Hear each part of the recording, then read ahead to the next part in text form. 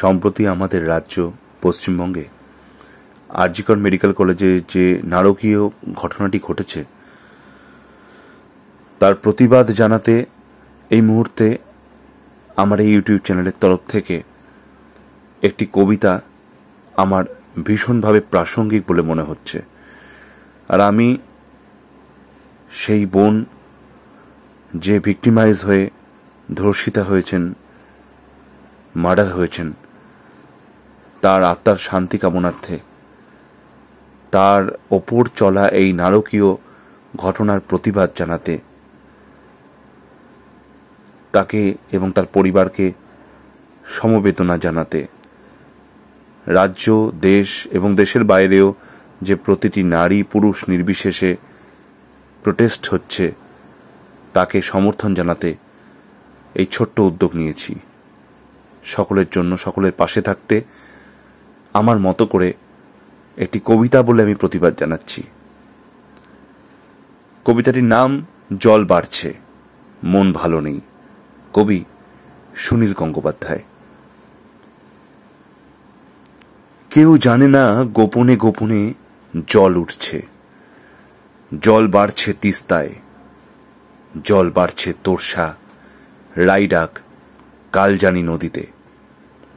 জল বাড়ছে, জল বাড়ছে, শুকনো নদীগুলো এখন উন্মাদিনী।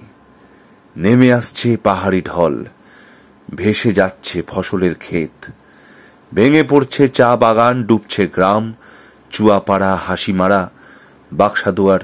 জল বাড়ছে মহানন্দায়, জল বাড়ছে পুনর্ভবা, নাগর এবং কালিন্দিতে।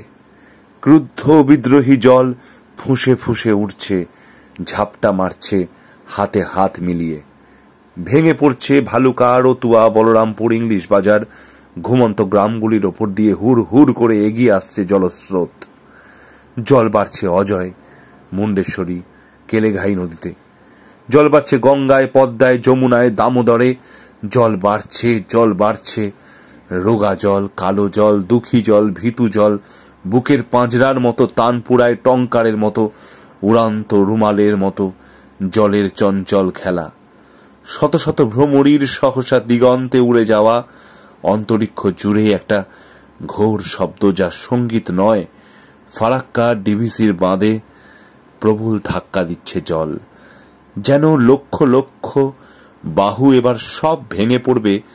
জল উপছে এসে বর্ধমান, আসানসোল, দুর্গাপুরে শোনা যাচ্ছে সম্মিলিত গর্জন।